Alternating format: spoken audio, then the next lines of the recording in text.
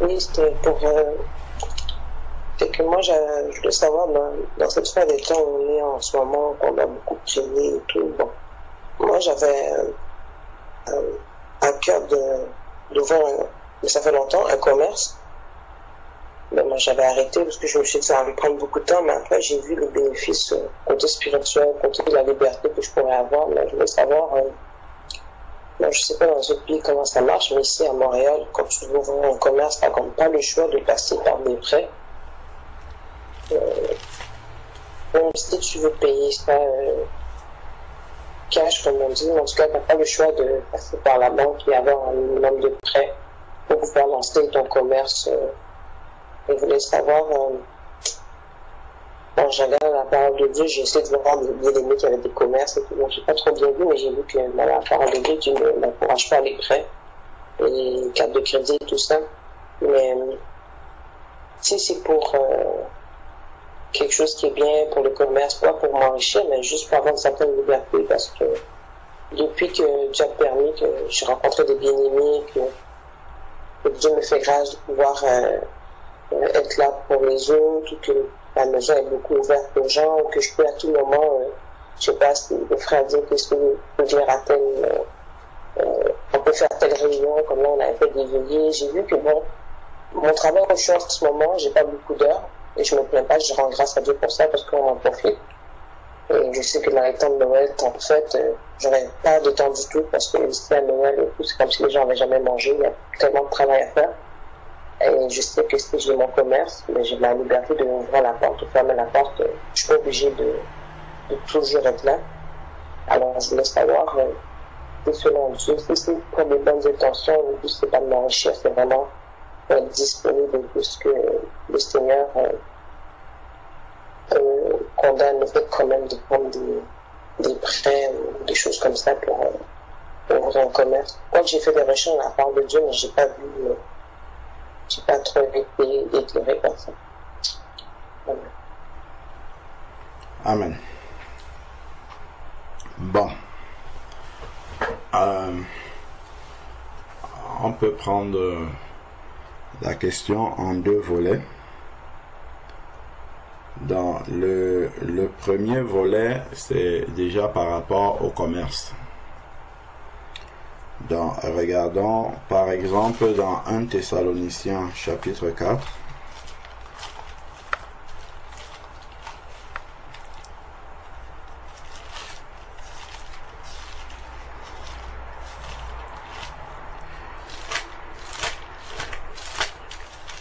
Un Thessaloniciens chapitre 4, justement parle de l'enlèvement. Ça tombe très bien. Ça parle de l'enlèvement à partir du verset 13. Il indique de manière très précise comment l'enlèvement va se dérouler. Mais si on commence à partir du verset 1. Au reste, nous vous le demandons et nous vous y exhortons dans le Seigneur. Désolé, juste, j'ai pas entendu, excusez. Quel passage? Je suis dans 1 Thessaloniciens chapitre 4, je lis le verset 1. D'accord.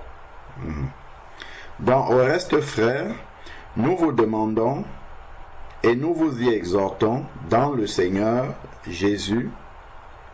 Vous avez appris comment vous devez marcher et plaire à Dieu. D'ailleurs, vous le faites. Et bien, progressez encore. Vous savez en effet quelles recommandations nous vous avons données de la part du Seigneur. Ce que Dieu veut, c'est votre sanctification. Dans ça, c'est la préparation au retour du Seigneur. Ce que Dieu veut, c'est votre sanctification. Et il va rentrer dans les détails maintenant. Il dit, c'est que vous vous absteniez de l'inconduite, c'est que chacun sache tenir son corps dans la sainteté, dans l'honnêteté, sans se livrer à une convoitise passionnée comme le font les païens qui ne connaissent pas Dieu. Voilà le verset qui nous intéresse. Que personne en a fait n'use envers son frère de fraude ou de cupidité, le Seigneur fait justice de tout cela. Le Seigneur fait justice de tout cela. Nous vous l'avons déjà attesté. Donc, on comprend que là, en fait, ici, là, il parle d'affaires avec son frère. Donc, ça veut dire que même dans le corps de Christ, il peut avoir des affaires, mais il faut être juste. Il faut être droit.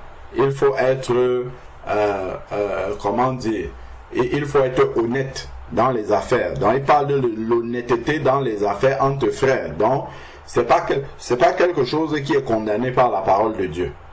Donc, il y a encore dans Actes chapitre 16, on a un exemple.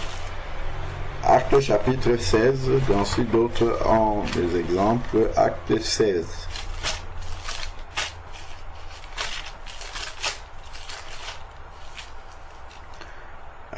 Actes chapitre 16, si nous prenons à partir du verset 13. Acte 16, à partir du verset 13, il est écrit: le jour du Shabbat, nous nous sommes rendus hors de la porte vers une rivière où nous pensions que se trouvait un lieu de prière. Après nous être assis, nous avons parlé aux femmes qui étaient réunies. Il y avait là une femme, craignant Dieu, du nom de Lydie, marchande de pourpre dans la ville de Thyatire. Elle écoutait, et le Seigneur lui ouvrit le cœur pour qu'elle s'attache à ce que disait Paul. Lorsqu'elle eut été baptisée avec sa famille, elle nous invita en disant: si vous me jugez fidèle au Seigneur, entrez dans ma maison et demeurez-y. Et elle nous pressa très instamment. Donc on voit que Lydie était marchande de pourpre avant de rencontrer le Seigneur. Elle a rencontré le Seigneur, sauf erreur de ma part, je n'ai pas vu un endroit où les apôtres lui ont dit qu'il fallait qu'elle abandonne son activité.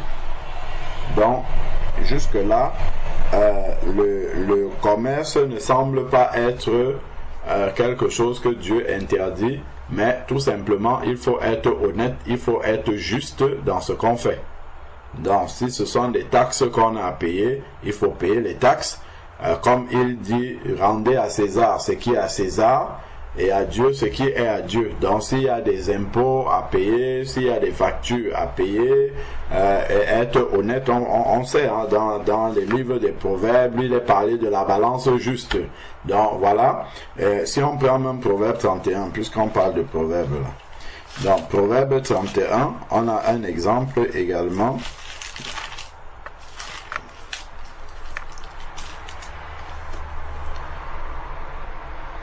Qui est la femme vertueuse. Proverbe 31.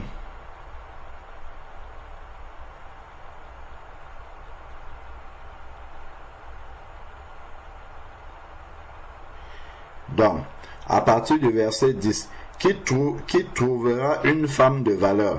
Son prix dépasse beaucoup celui des perles. Le cœur de son mari a confiance en elle, et le bénéfice ne manquera pas. Elle lui fait du bien et non du mal tous les jours de sa vie. Elle se procure de la laine et du lin. Elle travaille d'une main joyeuse. Elle est comme un navire marchand. Elle amène son pain de loin. Elle se lève lorsqu'il fait encore nuit. Elle donne la nourriture à sa maison et des instructions à ses servantes. Elle réfléchit à un champ et elle l'acquiert. Donc elle va acheter un champ. Du fruit de son travail, elle plante une vigne et met à ses reins la force comme ceinture. Et elle affermit ses bras et... Elle sent que ce qu'elle gagne est bon. sa lampe ne s'éteint pas pendant la nuit. Elle met la main à la quenouille et ses doigts tiennent le fuseau. Elle ouvre ses mains pour le malheureux. Elle tend la main aux pauvres. Elle ne craint pas la neige pour sa maison, car toute sa maison est vêtue de cramoisie. Elle se fait des couvertures et elle a des vêtements de fin lin et de pourpre. Son mari est considéré aux portes lorsqu'il siège avec les anciens du pays. Elle fait des chemises et les vend. Elle livre des ceintures aux marchands. Ça, c'est du commerce que la femme vertueuse fait. Et elle est présentée comme étant une femme modèle. Donc, elle fait des couvertures et les vend. Elle est revêtue de force et de dignité. Elle se rit de l'avenir et ainsi de suite. Donc, ça, c'est juste quelques exemples pour nous montrer que le commerce en soi n'est pas quelque chose que Dieu condamne, mais cela doit être fait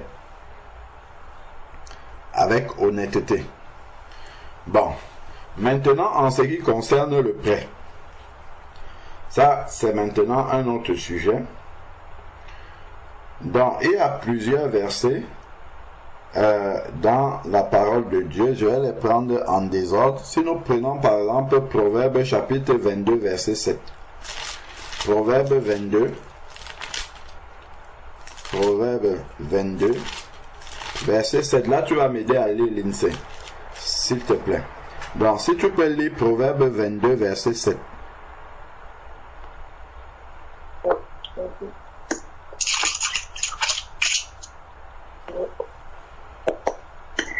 Proverbe 22 verset 7. Le riche dominera sur les pauvres, et celui qui emprunte sera serviteur de l'homme qui prête. Voilà. Dans ma version, c'est écrit « Et celui qui emprunte est esclave de celui qui prête. » Donc, je ne sais pas si à la fin des temps, tu vas aller te rendre esclave de quelqu'un. Bon, poursuivons encore. Parce que derrière la liberté, il peut y avoir autre chose. Si tu peux lire Romains chapitre 13, verset 8. Romains 13, verset 8.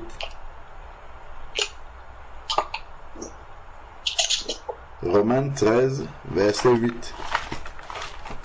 Ouais, ça, je l'ai même souligné. Ne devez rien à personne, si ce n'est de vous aimer les uns les autres, car celui qui aime les autres accomplit la loi. Amen. Donc, ne devez rien à personne. Autant que cela dépend de nous, nous ne devons pas aller chercher les dettes.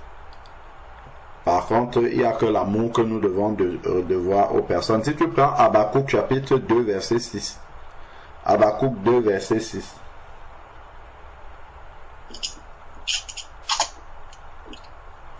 Habakkuk 2 verset 6.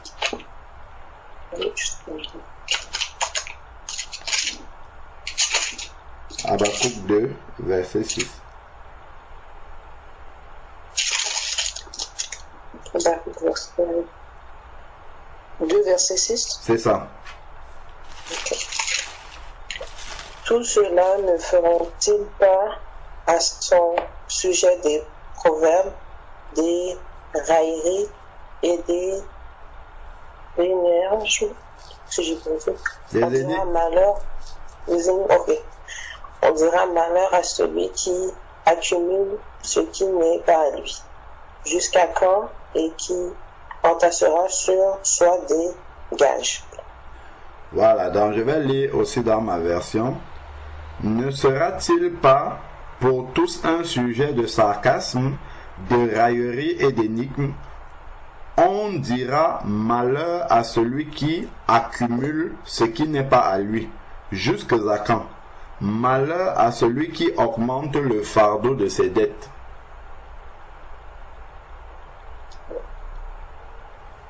Donc, si tu prends maintenant Ésaïe chapitre 5 verset 8. Ésaïe 5 verset 8.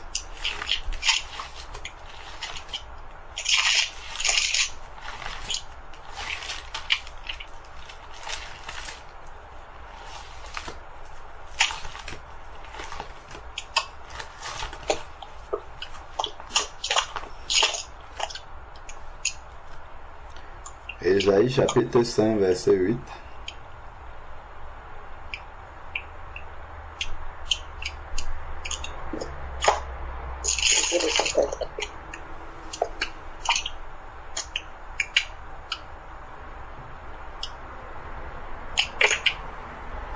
Ésaïe 5, verset 8.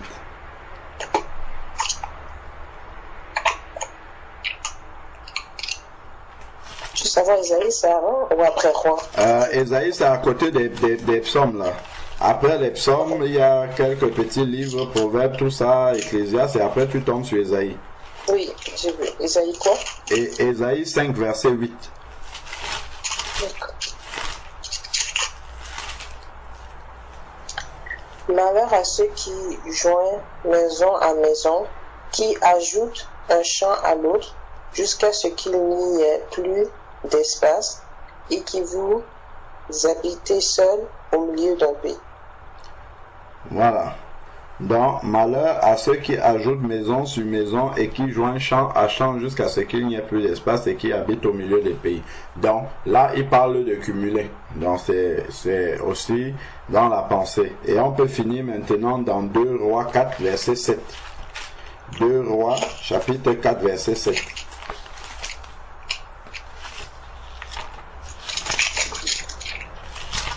2 Rois 4, verset 7.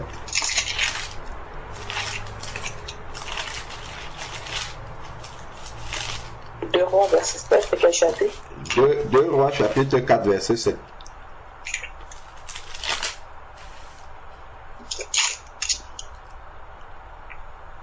Alors elle vint le rapporter. Chapitre 4, verset 7. Ok. Alors elle vint le rapporter à l'homme de Dieu, qui lui dit, va, vends l'huile et paie ta dette, et toi et tes fils, vous vivrez au reste. Voilà.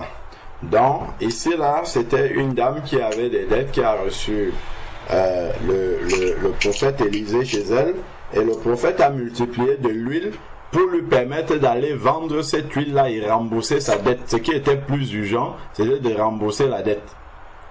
Quitte à prendre sur sa subsistance. Mais il fallait que la dette puisse être remboursée. Donc ça nous montre un peu, on a vu la pensée de Dieu par rapport à la dette.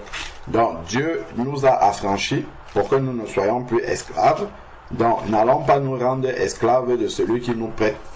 Donc ce que nous devons faire, c'est de nous contenter de ce que Dieu nous donne, dans la mesure du possible. Donc si tu as un projet de t'installer à ton propre compte, moi le conseil que je peux donner, c'est de prier déjà, de prier le Seigneur pour voir si c'est dans la volonté du Seigneur.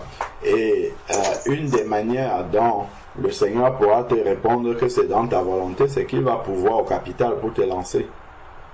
Donc soit peut-être toi tu vas vouloir faire quelque chose qui est très grand, qui va t'imposer d'aller prendre une dette à la banque, alors que Dieu veut que tu commences par quelque chose de petit dont tu as le fonds de départ, en fait, le fonds de commerce de départ, parce que tu as mis de l'argent de côté et puis tu as ce fonds de départ là. Donc Dieu lui va vouloir que tu commences avec ce que tu as qui est vraiment ton argent, plutôt que d'aller faire quelque chose de grand qui va t'imposer d'aller prendre des dettes.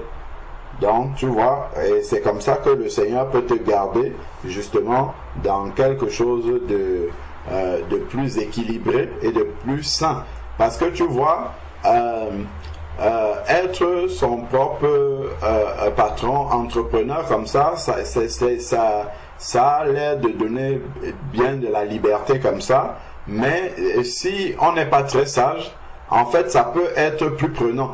Parce que lorsque tu es ton propre patron, en fait, tu as plus de responsabilités que lorsque tu es employé. C'est-à-dire que la pression financière, elle est directe, elle repose directement sur toi. Par exemple, si tu as des échéances, des impôts, des taxes à payer et tout, et que c'est en train d'arriver, il faut absolument que tu aies de l'argent. Donc, forcément, tu vas devoir travailler suffisamment, faire suffisamment d'heures de travail pour avoir cet argent des taxes là. Et ça peut t'amener à travailler plus que tu ne l'avais pensé avant. C'est-à-dire que là où tu pensais avoir plus de liberté, tu vas te retrouver peut-être à faire plus de travail pour pouvoir entrer dans tes frais.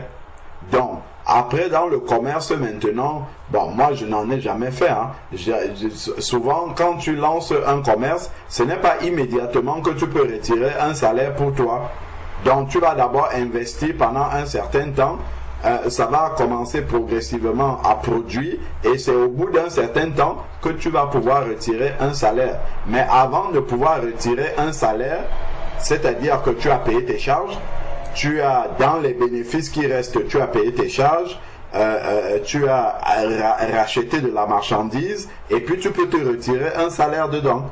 Mais pour arriver jusqu'à ce niveau-là, il faut avoir beaucoup travaillé quand même, selon l'activité. Donc là, en fait, ça peut te demander plus de travail que si tu étais un salarié quelque part, que si tu étais un employé quelque part. Après, ça dépend du domaine.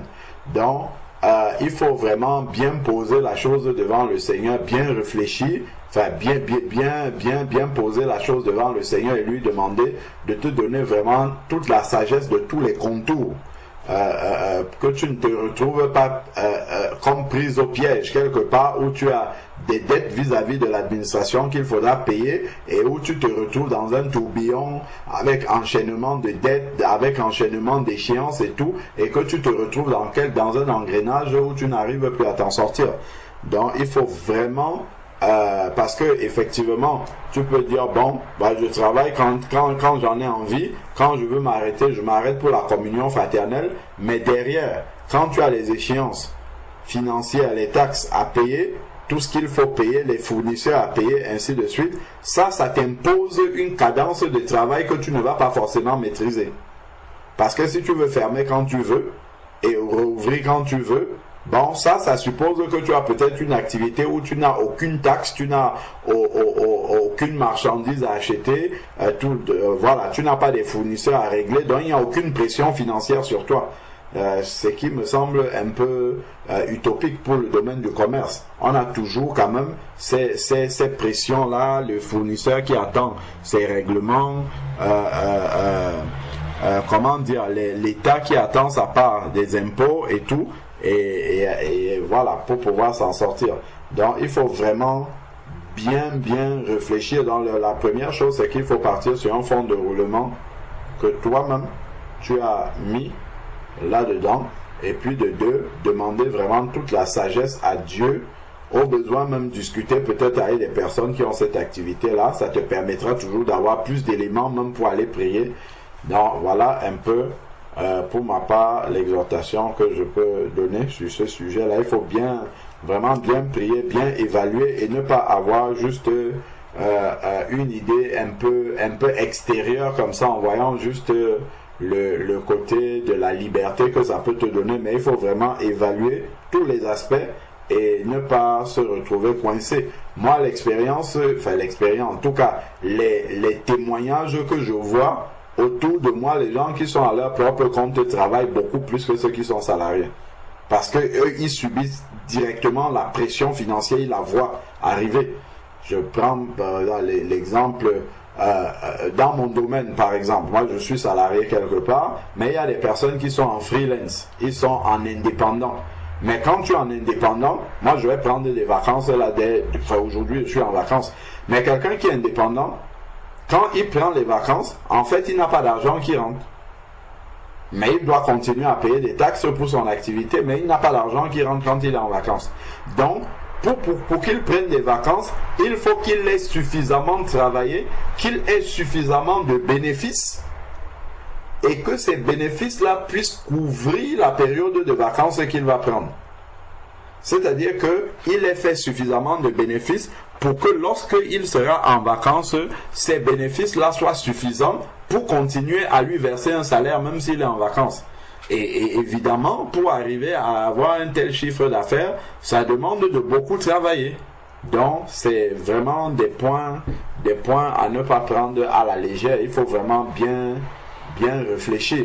Et il y a des aspects, après, je ne sais pas comment est la législation au Canada. Je sais que ici en France, si tu commences une activité et que tu déposes le bilan, C'est-à-dire que tu fais l'activité, finalement, ça ne marche pas, tu déposes le bilan, tu vas avoir une interdiction d'exercer toute activité commerciale pendant 5 ans, si je ne me trompe pas. Donc, ça fait des éléments qui viennent salir ton dossier administratif pour rien. Des choses que tu pouvais éviter. Enfin, ça c'est pour nous ici. Après, là-bas, je ne sais pas comment ça se passe. Donc, c'est vraiment des points à ne pas négliger. Il faut vraiment tout évaluer ça et vraiment vérifier si ça va te donner plus de temps ou si au contraire, ça va te prendre même le temps libre que tu as. Donc, voilà un peu les éléments que je pouvais apporter. Amen. Amen. Amen. Je veux juste ajouter quelque chose, un petit quelque chose ici. C'est dans Actes chapitre 16, on voit l'apôtre Paul aussi qui était un fabricant de tentes. Actes chapitre 16.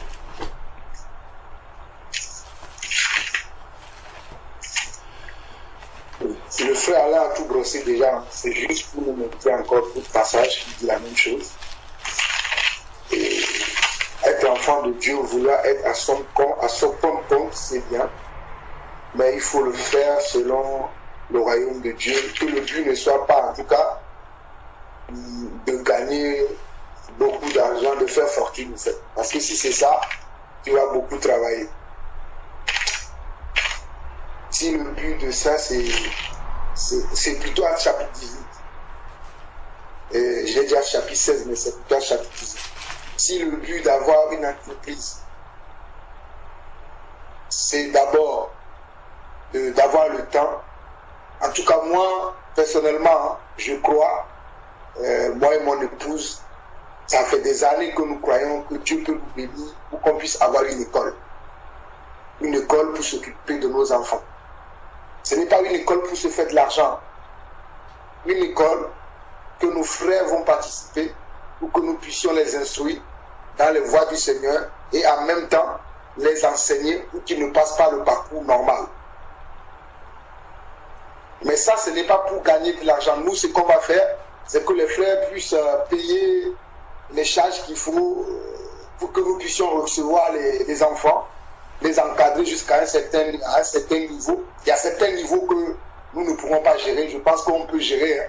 Selon nos connaissances, on peut gérer jusqu'au bac, mais après le bac, on ne pourra pas gérer. Parce que c'est des études universitaires. Peut-être que Dieu nous... Bon, on peut gérer.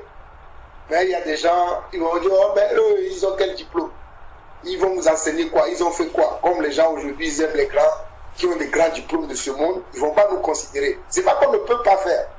Mais les gens ne vont pas nous considérer. Donc quand je pense ce projet, c'est un projet, ça fait presque 10 ans que nous avons ce projet-là dans le cœur, que le Seigneur nous permette un jour que nous puissions, je parlais même de ça avec une sœur de Maroc hier, que le Seigneur puisse nous permettre d'avoir une école pour enseigner nos enfants. Parce que nos enfants n'apprennent pas grand-chose à l'école. Mais ce n'est pas pour pas pour gagner de l'argent, c'est pour pouvoir instruire les enfants dès les cours primaires, dès la maternelle, les voies du Seigneur, en même temps les enseigner les béabas de la vie pour qu'ils grandissent avec ça. Mais ça, c'est le projet que nous avons à cœur et nous mettons entre les mains de Dieu, que le Seigneur nous aide, que cela vienne prendre le jour si c'est vraiment dans sa volonté.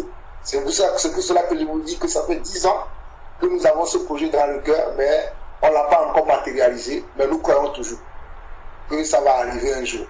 C'est pour ça que moi-même, je me forme dans d'autres domaines, mon épouse aussi se forme dans d'autres domaines, selon ce monde.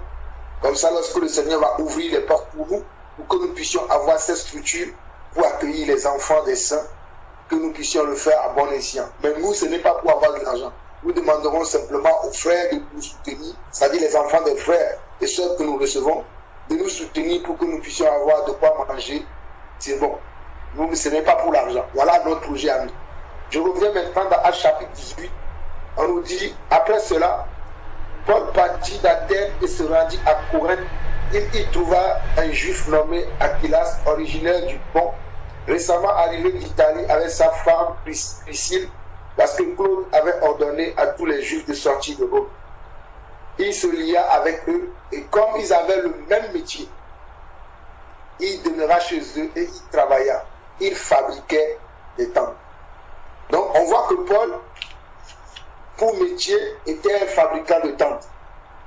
Et parfois même Paul laissait les enfants qu'il avait engendrés dans le Seigneur à la mission. Et lui, il allait gagner de l'argent pour venir contribuer aux besoins qu'il y avait dans l'église. Donc Paul, moi, pour l'exemple de Paul m'a beaucoup enseigné, que Paul, de temps en temps, il travaillait. Même dans Actes chapitre 20, il le dit, hein, lorsqu'il avait convoqué les anciens d'Éphèse, vers le verset 30, il dit ses mains, en montrant ses mains aux gens avec qui il parlait ce jour-là, que ses mains ont toujours pourvu à mes besoins. Parce que c'est avec ses mains qu'il faisait ses tentes. Nous avons vu même que les apôtres, ils étaient eux-mêmes des pêcheurs de poissons, parce qu'ils vendaient les poissons qu'ils pêchaient après. Mais lorsque le Seigneur les a appelés, il les a dit que vous ne serez plus des pêcheurs de poissons, mais des pêcheurs d'hommes. Mais cela ne veut pas dire qu'aujourd'hui, que nous, en tant qu'enfants de Dieu, nous ne pouvons pas faire des affaires. C'est pour ça que je dis que le frère a tout dit. Donc quand nous voulons faire des affaires, nous devons réfléchir. Comme la parole qui dit que si quelqu'un veut construire une maison, qu'il s'assoit d'abord pour calculer toutes les dépenses. Quand on dit toutes les dépenses, comme le frère a si bien le dire, nous en France, il y a beaucoup de choses qu'on paye. Moi, je suis dans la compta. Je sais ce qu'on paye quand on ouvre son entreprise. Hein. Il faut avoir déjà le CFE, il faut avoir la carte d'opérateur économique. Il y a plein de trucs que tu dois faire. Et tous les 3 mois, il faut payer le RSI, il faut payer telle chose, il faut déclarer la TVA. Il y a plein de trucs à faire. Et c'est lourd. C'est lourd à faire. Maintenant, ce n'est pas impossible. Si le but, c'est de pouvoir être à son propre compte, pour ne pas dépendre d'un patron et travailler à son propre, c'est louable. Maintenant, il faut le faire d'une manière pour que cela ne soit pas, que cela ne devienne pas un piège maintenant qui nous éloigne de Dieu. Parce que quand on va commencer à rencontrer des problèmes, on n'a pas payé les premières mensualités des charges, la deuxième mensualité des charges. Si on n'est pas vraiment assis dans le Seigneur, on peut commencer à dire, bon, je vais mettre le Seigneur de côté. Pour l'instant, je vais bien travailler pour payer mes charges. Après, je vais venir servir le Seigneur. Donc, c'est à moi qui veux ouvrir une entreprise de maçon, de voir quel type d'entreprise je peux ouvrir, qui ne me demandera pas beaucoup de charges, parce qu'il y a des formes d'entreprise. Hein. Je ne sais pas si c'est la même chose au Canada. Ici, on a plusieurs types de formes d'entreprise, parce que en fonction de la raison sociale, les charges peuvent changer. Les contraintes aussi sont différentes en raison des formes d'entreprise que tu veux créer. Parce que nous, ici en France, on a l'IRL, on a le SAL, il y a plein de trucs. Donc, juste pour te dire qu'en raison du forme ou bien de la forme d'entreprise que tu veux créer, ou bien de la raison sociale, les charges vont être différentes, les déclarations même d'impôts vont être différentes, et même au niveau même de la TVA auquel tu seras soumis sera différent. Donc ça c'est en France, mais au Canada je ne connais pas. Donc c'est à toi-même de s'asseoir, de voir d'abord ce que tu veux faire, quel type de structure que tu peux construire, tu peux mettre sur place, qui ne va pas te demander beaucoup plus de temps, sachant que dès le départ ça peut bien commencer et qu'après ça peut tourner au vinaigre. Ça peut commencer à mal aller, mais il faut que toi déjà, tu es dans le cœur que ce n'est pas pour gagner de l'argent, mais c'est pour avoir ma liberté. Moi, ça, c'est mon premier conseil que je peux te donner. C'est pour avoir de la liberté, mais ce n'est pas pour gagner de l'argent. Mais le cœur de l'homme qui aime tellement l'argent, quand on commence à en gagner, on veut en gagner plus, on veut en gagner plus, on veut en gagner plus. Il faut que chacun se connaisse. Moi, je sais ce que je peux faire, je sais ce que je ne peux pas faire. Moi, je me rappelle lorsque je faisais mon stage dans un cabinet comptable, il y avait même l'expert comptable qui m'avait proposé d'ouvrir une entreprise de prestation de services pour aider les gens qui ne savaient pas écrire leur courrier, qui ne savaient pas comment s'occuper de leurs papiers administratifs. Et lui-même, il me disait que moi, je validerais tes comptes derrière. Mais je n'ai pas trouvé nécessaire de faire ça. Donc, le dernier passage que je vais prendre pour conclure, c'est dans Deutéronome 23, parce que le frère a pris déjà plusieurs passages. Je vais prendre Deutéronome 23.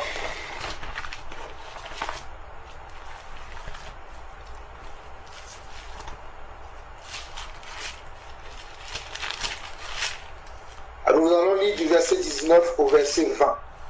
Et moi, je vais m'arrêter que là. Du verset 19 au verset 20, la Bible déclare que tu n'exigeras de ton frère aucun intérêt, ni pour argent, ni pour vivre, ni pour rien de ce qui se prête à intérêt. Avant d'arriver au verset 20, tu vois que l'argent qu'on prêche dans le monde, quand on prête de l'argent, il y a de l'intérêt dessus. Mais dans le royaume de Dieu, le Seigneur ne veut pas que lorsque nous prêtons de l'argent à nos frères, que nous exigeons de l'intérêt dessus. Mais dans le monde, c'est ce qui se fait. Mais dans l'église, le Seigneur ne veut pas. Donc je crois que c'est pour ça que le frère te disait tout à l'heure qu'il faut commencer par une affaire petite, une petite affaire, pour ne pas avoir besoin à demander des prêts au niveau des banques. Même si tu dois demander des prêts, que nous les saints, nous serons capables de pouvoir t'avancer et te laisser le temps pour que tu nous rembourses à ton temps sans aucun intérêt. Moi, je crois aussi à cela. Mais je vais vous dire quelque chose qui va peut-être vous choquer. Moi, je crois que je vais avoir une maison, mais je crois que je ne vais pas faire un prêt. Je crois que Dieu peut me donner ici une maison en France sans faire de prêt. Mais là, je suis en train de construire ma maison au pays et je n'ai pas fait de prêt. Je travaille, lorsque je gagne de l'argent, je fais petit à petit et ma maison est presque finie. Ça fait depuis 2013 que j'ai commencé la construction et si plaît à Dieu, d'ici la fin de cette année, ma maison sera finie. Je serai déjà propriétaire dans mon pays d'origine. Mais ici en France, je me suis interdit moi-même que je ne ferai pas de prêt pour une maison parce que je sais ce que c'est qu'un prêt, je ne vais plus dormir tranquille. Maintenant, ce n'est pas pour autant que ceux qui le font, je les rejette. Chacun tient de Dieu un don particulier. Parce que je sais qu'ici en France, les loyers que nous payons lorsque nous sommes en location, c'est les mêmes choses que nous payons lorsque nous achetons des maisons généralement. Maintenant, si un frère, il pense qu'il a la capacité, selon lui, il a la capacité de pouvoir faire un prêt pour acheter une maison, je ne l'empêcherai pas de ne pas le faire. Parce que moi, je le préviendrai justement pour lui dire, est-ce que tu veux acheter la maison parce que c'est un besoin ou parce que tu as vu le frère Alain acheter une maison, toi aussi tu veux dire, bon, moi aussi je veux acheter une maison pour qu'on dise que Jean-Paul aussi est propriétaire. Si c'est ça déjà, arrête ton projet. Mais si tu veux acheter une maison pour X ou diverses raisons qui sont justifiées, pourquoi pas? Et que tu veux passer par le prêt, sache que, voilà, comme le frère a si bien dit, ben, tu vas devoir être esclave de quelqu'un. Tu vas devoir travailler tout le temps pour rembourser. Et généralement, quand on fait des prêts, les premières années, ce n'est que les intérêts qu'on rembourse. Les premières 10 années, 15 années, ce n'est que les intérêts. Parce que moi, je me suis renseigné sur ces choses-là et j'ai gardé mon calme. Je prie que le Seigneur lui-même ouvre des portes. Je crois que quelqu'un ici en France m'a appelé pour me dire, frère, je te donne cette maison. Et moi, je crois à ça. Je ne sais pas quand ça va se faire, mais je crois à ça. Ou bien, je te donne la maison là, mais tu me payes que 10 000 euros ou 20 000 euros. Tout est possible à celui qui croit. Amen. Je me vois mal de devoir 200 000 euros à une banque, 150 000 euros à une banque. Moi, je me vois mal ça. Mais je crois que le Dieu qui a béni mon père dans la foi Abraham peut me bénir de telle manière que je n'aurai pas besoin d'aller faire un prêt. Mais, comme je dis, chacun tient de Dieu un don. Particulièrement, je n'impose pas ça à des gens. C'est ma doctrine à moi. C'est pour ça que je ne suis pas encore propriétaire. Je rends grâce à Dieu. Je finis le verset 20. Il dit, tu ne pourras tirer un intérêt de l'étranger, mais tu n'en tireras point de ton frère. Tu pourras tirer un intérêt de l'étranger, mais tu n'en tireras point de ton frère, afin que l'Éternel, ton Dieu, te bénisse dans tout ce que tu entreprendras au pays dont tu vas entrer en possession. Donc, en tant qu'enfant de Dieu, je peux prêter à quelqu'un qui n'est pas enfant de Dieu, je peux lui exiger un intérêt. Mais lorsque je prête à un frère, je ne demanderai pas un intérêt parce que c'est un frère, on fait partie du même royaume, nous avons pour père le même père, donc nous avons la même loi qui nous conduise. Donc, ma soeur, ce que je peux te dire, c'est que lorsque nous empruntons de l'argent dans le monde, il y a de l'intérêt dessus. C'est pour ça que le Seigneur va dire qu'aux enfants de Dieu qui ne pratiquent pas les mêmes lois qui se pratique dans le monde, dans l'église. Donc moi je pense que si tu as un projet et tu crois que Dieu valide ton projet, si tu n'as pas tous les moyens, je pense que nous sommes nombreux aujourd'hui, hein, tu pourras nous solliciter, si c'est 100 €, 200 € chacun peut, nous pourrons investir dans ton projet, non pas pour gagner en retour, hein, pour t'aider à ce que tu puisses développer ton projet, et quand tu peux, tu nous rembourseras. Moi, c'est ce que je peux te dire. Moi, j'ai déjà aidé des gens comme ça, où je dis, quelqu'un, des gens, ils m'ont dit, je vais faire une affaire. J'ai dit, bon, moi, mon frère, je te donne tant pour ton affaire, tu le prends et tu me rembourses quand tu peux. Mais ce n'est pas un cadeau non plus, parce qu'il y a des gens à qui j'ai donné de l'argent qui jusqu'aujourd'hui ne m'ont pas remboursé parce qu'ils ont pensé que c'est un cadeau. Un prêt est différent de, disons les choses telles qu'elles sont dans le Seigneur. Il y a des gens, ils vont te dire, donc fais-moi un prêt, tu lui prêtes de l'argent pour te rembourser, après c'est difficile. Alors que nous avons lu tout à l'heure dans 1 Thessaloniciens chapitre 4, que nous ne devons pas user de fraude dans le Seigneur. Si tu es allé vers le frère, tu n'as pas dit donne-moi, tu as demandé prête-moi, il faut rembourser aussi. Donc ma soeur, moi c'est ce que je peux t'apporter. Prie, si c'est la volonté du Seigneur pour ton projet viendra le jour.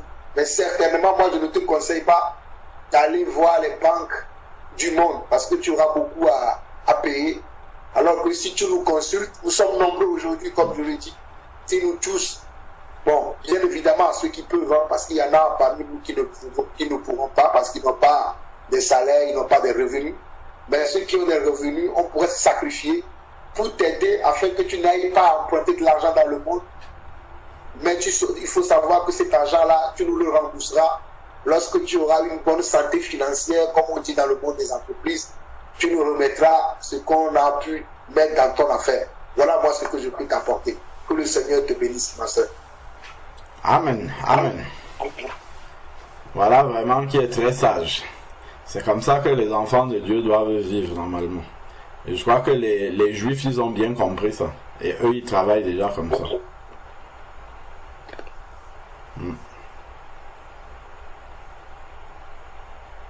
On met de l'argent ensemble, on lance un parmi nous, et puis il fait le travail, et puis il rembourse aux autres. Normalement, c'est comme ça qu'on doit pouvoir faire, sans avoir besoin d'aller faire des prêts auprès des païens.